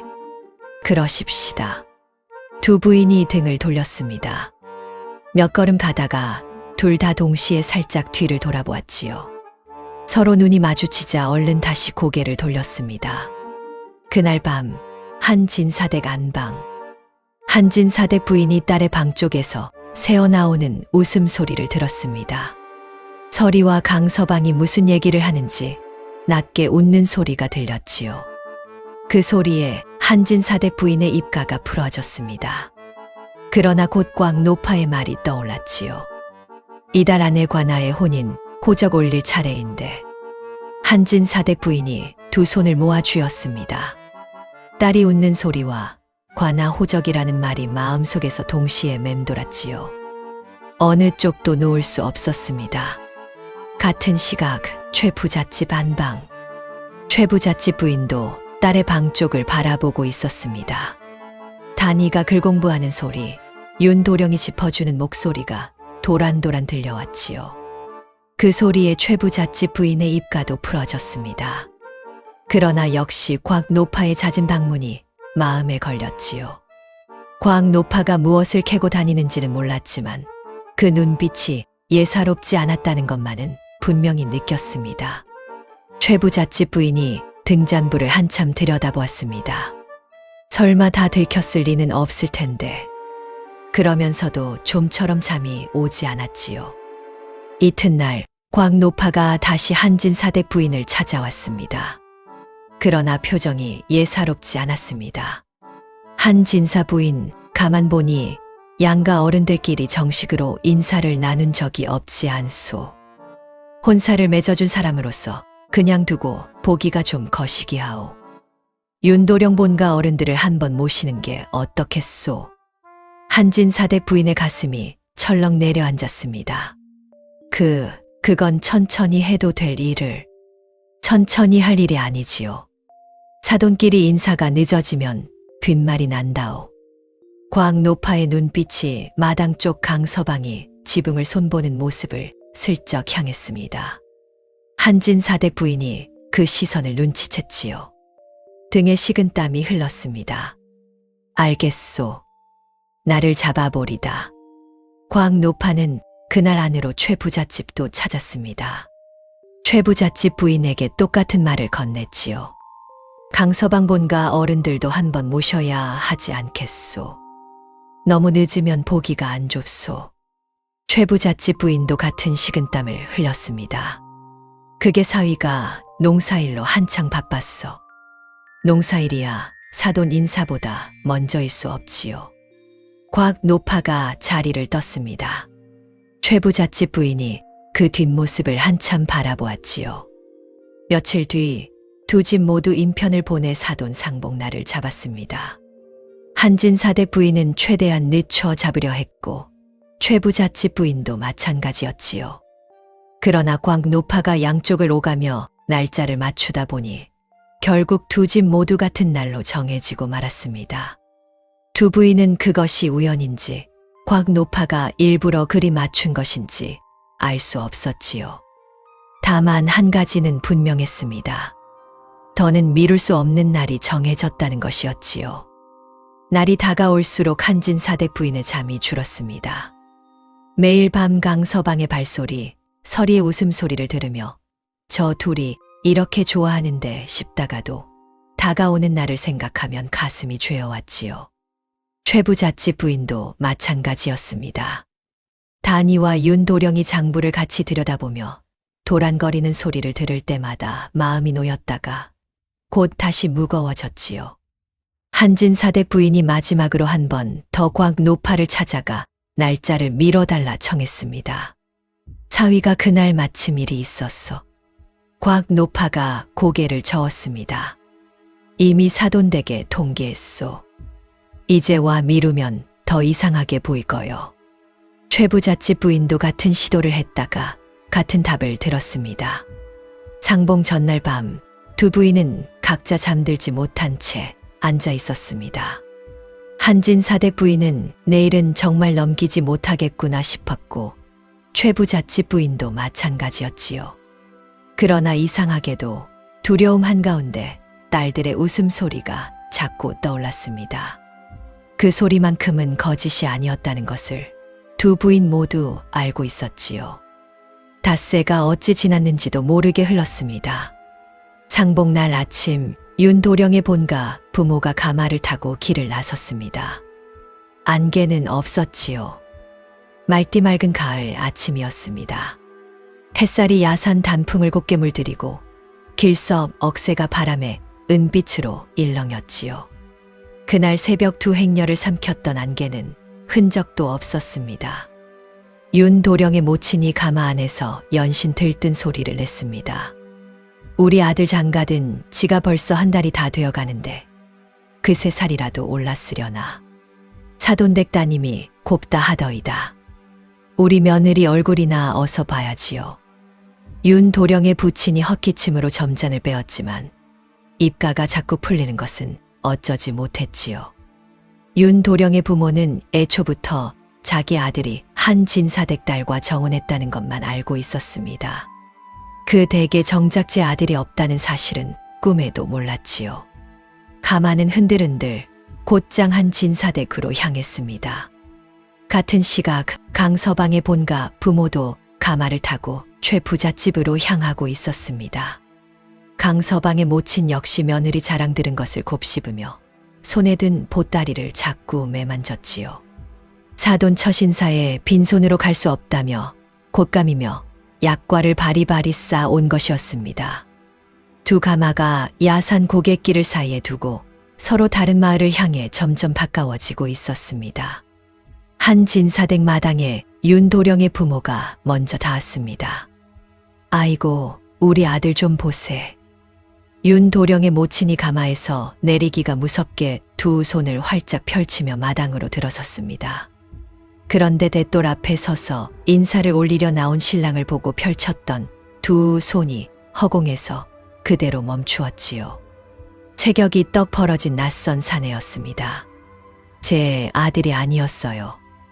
윤도령 모친이 눈을 끔뻑였습니다. 잘못 봤나 싶어 한 발 더 다가가 얼굴을 들여다보았지요. 아무리 봐도 아니었습니다.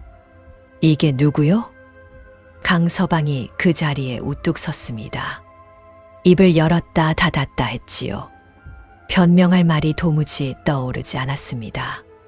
한 달을 미뤄온 일이 마침내 코앞에 닥쳤는데 정작 입에서는 아무것도 나오지 않았지요. 한진사댁 부인이 부엌에서 뛰쳐나와 황급히 사이에 끼어들었습니다. 아이고 사돈, 먼 길 오시느라 다리가 얼마나 무거우시겠소. 우선 평상에 좀 앉으셔서 여봐라. 어서 약주상을 보아라. 앉기는 무얼안소. 윤도령 모친이 부인의 손을 뿌리쳤습니다. 내 아들이 어디 있냐고 물었소. 이 사람은 누구냔 말이오. 목소리가 마당을 쩌렁 울렸지요. 담장 너머로 동네 사람들이 하나둘 고개를 내밀기 시작했습니다. 거의 같은 시각 최 부잣집 마당에서도 똑같은 일이 벌어지고 있었습니다. 강서방의 본가 부모가 가마에서 내려 마당으로 들어섰지요. 우리 아들 어디 있나? 어디 보자, 우리 아들. 강서방 모친이 보따리를 든 채 두리번거렸습니다. 그런데 마루 끝에서 인사를 하려 일어선 신랑은 야위고 헬쑥한 선비였지요. 강서방 모친의 얼굴이 대번에 굳었습니다. 이 사람은 누구요? 보따리를 든 손이 천천히 내려왔지요. 우리 아들이 아니잖소. 우리 아들은 이렇게 마른 사람이 아니란 말이오. 윤도령이 고개를 숙였습니다. 떨리는 입술로 무언가 말하려 했지만 소리가 되어 나오지 못했지요. 최 부잣집 부인이 황급히 보따리를 받아들며 끼어들었습니다. 사돈, 그게 사정이 좀 있어서 그렇소. 일단 안으로 드시지요. 안에서 차근차근 사정이 있긴 한데 그 사정이 무얼한 말이오. 내 아들은 대체 어디 있냔 말이오. 강서방 모친의 목소리도 마당을 가득 채웠습니다. 부치는 영문을 몰라 신랑과 부인을 번갈아 보다가 그의 짐짝처럼 굳어버렸지요. 두 집 마당이 거의 동시에 들끓었습니다. 사돈을 모셔 오라 인편을 띄웠던 곽노파도 마침 두 집을 차례로 돌아보러 길을 나선 참이었지요. 그러다 야산 고갯길 어귀에서 양쪽 마을에서 달려온 하인들로부터 두 집의 소동을 거의 동시에 전해 들었습니다. 곽노파가 그 자리에 우뚝 섰습니다. 내 그럴 줄 알았지. 두 집이 똑같이 캥기는 게 있더라니. 혀를 끌끌 차면서도 어딘가 올 것이 왔다는 얼굴이었지요. 한 진사댁 마당에서는 한 진사댁 부인이 윤도령 모친의 호통을 더는 막아내지 못하고 결국 슬그머니 뒷걸음질로 마당을 빠져나왔습니다. 어디로 가야 할지도 몰랐지요. 그저 발이 최 부잣집 쪽으로 향했습니다. 어쩐지 그 집에 가야 할 것 같았어요. 같은 순간 최 부잣집 부인도 마당을 빠져나와 한 진사댁 쪽으로 치마를 움켜쥐고 뛰고 있었습니다. 역시 어디로 가는지도 모르고 그저 발이 그리로 향한 것이었지요. 두 부인이 야산 고갯길 한가운데서 정면으로 마주쳤습니다. 숨을 헐떡이며 멈춰 섰지요. 둘 다 치맛자락이 흙먼지에 더럽혀진 줄도 몰랐습니다. 안개도 없는 맑은 날이었지만 두 부인의 머릿속은 그날 새벽의 안개 속만큼이나 캄캄했지요. 한 진사댁 부인, 최 부잣집 부인, 둘 다 서로의 이름을 부르고는 더 말을 잇지 못했습니다. 멀리서 양쪽 마당의 소란이 동시에 바람을 타고 들려왔지요. 내 아들 내놓으라는 사돈들의 호통, 어쩔 줄 몰라 하는 신랑 신부의 목소리, 구경 나온 동네 사람들의 웅성거림, 그 모든 소리가 고갯길 위로 한꺼번에 밀려왔습니다. 두 부인이 서로의 눈을 가만히 들여다보았습니다. 한 부인의 눈에 담긴 것을 다른 부인이 그대로 읽었지요. 그 눈빛 안에 같은 말이 담겨 있었습니다. 그쪽도 알고 있었구려. 다 들켰소. 누가 먼저랄 것도 없이 두 부인의 어깨가 동시에 축 내려앉았습니다. 한 달 동안 손뼉을 치고 술잔을 권하며 떠받쳐온 거짓이 이 맑은 고갯길 위에서 한꺼번에 무너져 내린 것이었지요. 고갯길 위로 가을바람이 한 번 길게 지나갔습니다. 억새가 사르륵 누웠다 일어섰지요. 두 부인은 그 자리에 멈춰선 채 한참을 아무 말도 하지 못했습니다. 얼마나 그렇게 서 있었을까요? 먼저 침묵을 깬 것은 최 부잣집 부인이었습니다. 본래 날 아침부터였소. 한 진사댁 부인이 천천히 고개를 끄덕였습니다. 가마에서 내린 신랑 얼굴을 보는 순간 이건 윤도령이 아니다 싶었지요. 부인은요? 나도 그날 아침이요. 마당에 선 신랑이 듣던 강서방이 아니라 야윈 선비였으니 그 자리에서 가슴이 철렁 내려앉았소. 그런데 왜 모른 척 하셨소? 한 진사댁 부인이 묻다가 제 입을 스스로 다물었습니다. 그 물음은 곧 제게 돌아올 물음이기도 했으니까요. 최 부잣집 부인이 피식 헛웃음을 지었습니다. 그건 내가 묻고 싶은 말이요. 두 부인이 또 잠시 말이 없었습니다. 그러다 누가 먼저랄 것도 없이 동시에 허탈한 웃음을 터뜨렸지요.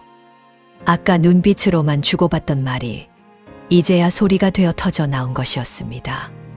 이제 어찌해야 하오? 최 부잣집 부인이 물었습니다. 한 진사댁 부인이 양쪽 마당에서 들려오는 소란을 가만히 들었지요. 두 갈래 길 너머로 내 아들 내놓으라는 호통이 바람에 실려 번갈아 넘어왔습니다. 숨을 곳도 없소. 가서 부딪혀야지요. 같이 갑시다. 같이 갑시다.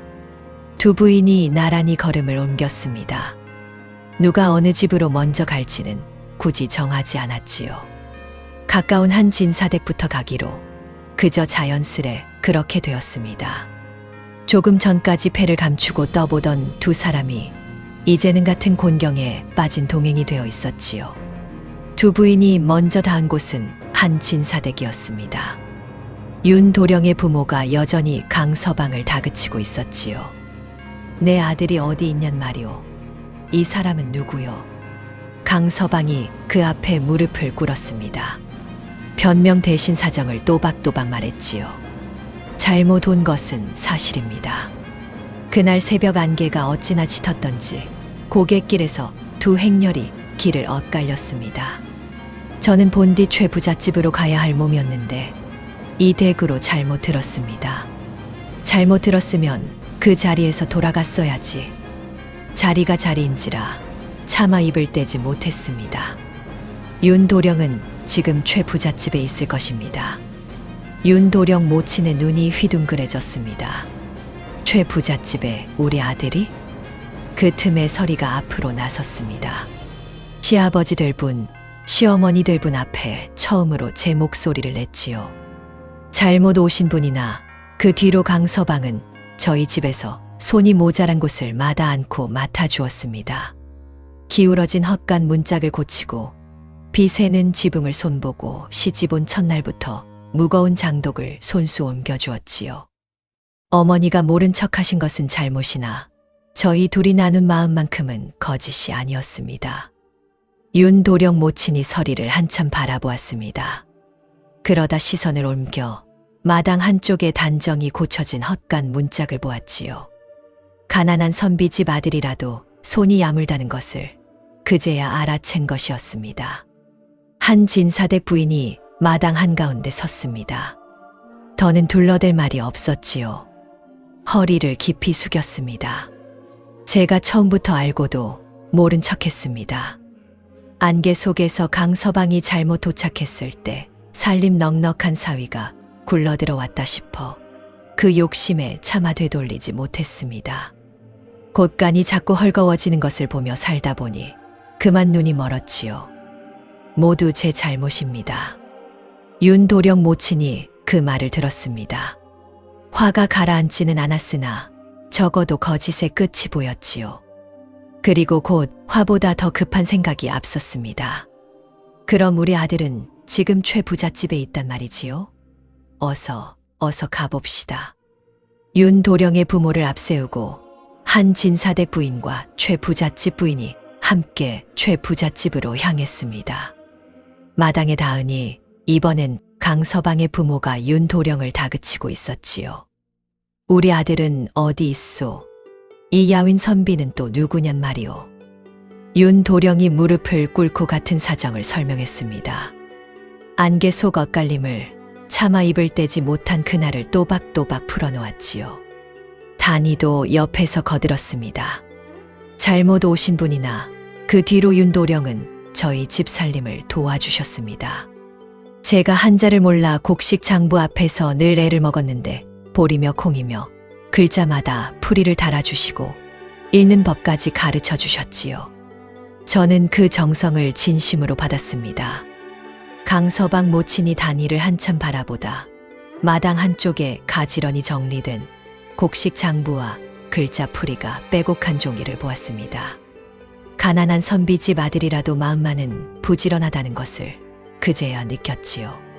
최 부잣집 부인이 마당 한가운데 섰습니다.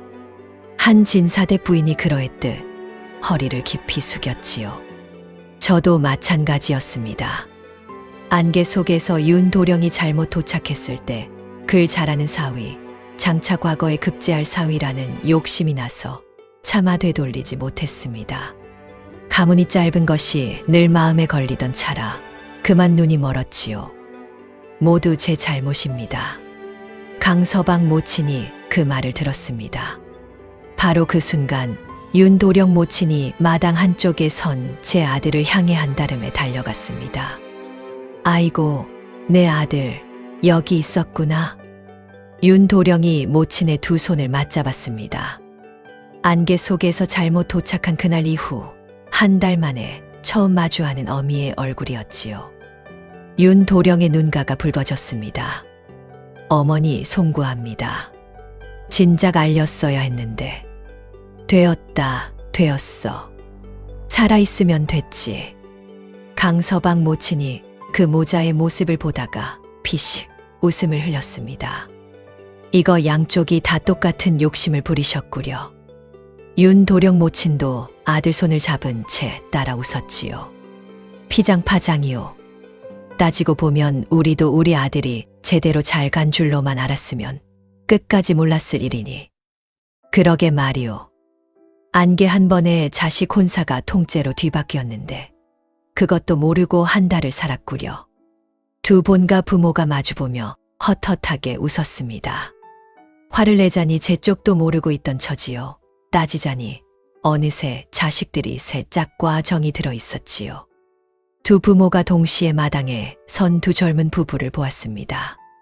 단이와 윤도령이 어느새 서로의 곁에 가까이 서 있었고 한 진사댁 쪽에서 따라온 서리와 강서방도 자연스레 어깨를 나란히 하고 있었지요. 애들이 보아하니 잘 맞는 듯도 하오. 그러게 말이오. 억지로 떼어놓자 한들 저 얼굴들을 보니 영 못할 짓이구려. 한 진사댁 부인과 최 부잣집 부인은 그 옆에 나란히 서서 그 광경을 지켜보고 있었습니다. 화는 면했으나 아직 마음이 다 놓이지는 않았지요. 두 부인이 서로 곁눈질을 주고받으며 숨을 죽이고 있는데 강서방 모친이 문득 두 부인을 향해 손을 내밀었습니다. 부인들 거짓은 거짓이오. 그것까지 덮어드릴 생각은 없소. 두 부인이 흠칫했지요. 다만 결과가 이러하니 더는 따지지 않겠소. 자식들이 저리 좋다는데 늙은이들이 무얼 더 해집겠소. 그저 다음부터는 안개 핑계도 술잔 핑계도 대지 마시고 처음부터 솔직히 말씀하시오. 한 진사댁 부인과 최 부잣집 부인이 동시에 고개를 숙였습니다. 명심하겠습니다. 양쪽 마당을 짓누르던 긴장이 그제야 한꺼풀 두 꺼풀 풀려나갔지요. 그날 저녁 두 집은 따로 잔치를 열지 않았습니다. 대신 야산 고갯길 어귀 양쪽 마을 사람들이 두루 모일 수 있는 빈터에 멍석을 넓게 깔고 함께 모였지요. 본가 부모들도 두 신랑 신부도 한 진사댁 부인과 최 부잣집 부인도 한자리에 둘러앉았습니다. 솥을 걸어 국을 끓이고 두 집 곳간에서 내온 곡식으로 떡을 쪘지요. 가난한 한 진사댁에서는 마음을, 넉넉한 최 부잣집에서는 곡식을 보탰습니다. 한 진사댁 부인이 술잔을 들었습니다. 최 부잣집 부인, 우리가 같은 날 같은 욕심으로 같은 짓을 했으니 이제와 미워한들 무슨 소용이겠소. 따지고 보면 우리도 한편이요. 최 부잣집 부인이 잔을 마주 들었지요. 한편이라기보다는 어쩐지 동무 같소. 평생 가문이니 살림이니 하며 서로 재던 사이였는데 알고 보니 속이 똑같은 사람이었구려. 속이 똑같다니 그건 좀 섭섭하오. 아이고 칭찬이요 칭찬. 두 부인이 마주보며 웃었습니다. 그러고는 잔을 부딪혔지요. 쨍맑은 소리가 가을 저녁 공기 속으로 퍼져나갔습니다. 서리와 단이도 그제야 처음으로 가까이 마주 앉았습니다. 같은 날 같은 안개를 겪고 같은 마음으로 가슴 졸인 두 신부였지요. 누가 먼저랄 것도 없이 그날 새벽 이야기를 꺼내다 보니 어느새 웃음이 끊이지 않았습니다. 형님은 신랑 얼굴 처음 봤을 때 어떠셨어요? 말도 마시오. 듣던 사람이 아니라 가슴이 철렁했는데 글쎄 그 사람이 사흘 만에 우리 집 헛간을 다 고쳐놓지 뭐요. 저희 그이는 장부에 글자를 어찌나 또박또박 적어주는지 제가 그만 마음이 갔지 뭐예요. 두 신부가 손을 마주 잡고 까르르 웃었습니다. 강서방과 윤도령도 멀지 않은 곳에서 술잔을 나누었지요. 한쪽은 그를 가르쳐주마, 한쪽은 살림을 가르쳐주마 서로 모자란 것을 채워주기로 농을 주고받았습니다. 윤도령, 자네가 그를 가르쳐주면 내 자네 헛간쯤은 단숨에 고쳐줌세. 그거 좋은 거래일세. 한데 자네 천자문 첫 줄은 아는가? 그건 차차 배우기로 하세. 두 사내가 너털웃음을 터뜨렸지요. 야산 위로 둥근 달이 떠올랐습니다. 안개도 없는 맑디 맑은 가을밤이었지요. 그 달빛이 두 마을, 두 집 지붕을 다시 한번 고르게 비추고 있었습니다. 그날 새벽 두 행렬을 갈라놓았던 그 길 위에 이제는 두 마을 사람들이 한데 어울려 앉아 있었지요. 이듬해 봄, 고을엔 새로운 소문이 돌았습니다. 한 진사댁과 최 부잣집이 사돈 못지않게 가까이 지낸다는 것이었지요. 한 진사댁 부인과 최 부잣집 부인은 장날마다 나란히 다니며 서로의 살림을 흉도 보고 자랑도 했습니다. 가끔은 또 사소한 일로 기싸움을 벌이기도 했지요. 누구네 사위가 더 부지런한지, 누구네 며느리가 장 담그는 솜씨가 더 좋은지 그런 다툼이었습니다. 그러나 이번엔 아무도 모른 척하지 않았습니다. 다투다가도 결국은 함께 웃었지요. 그날 안개가 두 행렬을 갈라놓았을 때 두 어머니가 품은 것은 욕심이었습니다. 그러나 그 욕심이 향한 곳은 결국 같았습니다. 제 딸이 더 나은 삶을 살았으면 하는 마음, 그것이 모양만 달랐을 뿐 본질은 같았던 것이지요. 체면 때문에 차마 사실대로 말하지 못했던 두 부인은 그래서 더 깊은 수렁으로 함께 빠져들었습니다. 그러나 사람의 인연이라는 것이 묘해서 욕심으로 시작된 일도 그 안에서 진심이 자라나면 다른 모양으로 여물기도 하지요. 서리와 강서방, 단이와 윤도령이 그러했습니다. 어른들의 셈으로 엮인 인연이었으나 그 인연 속에서 둘 다 제 짝을 진짜로 사랑하게 되었으니까요. 세상에는 욕심을 부려서는 안 될 일들이 많습니다.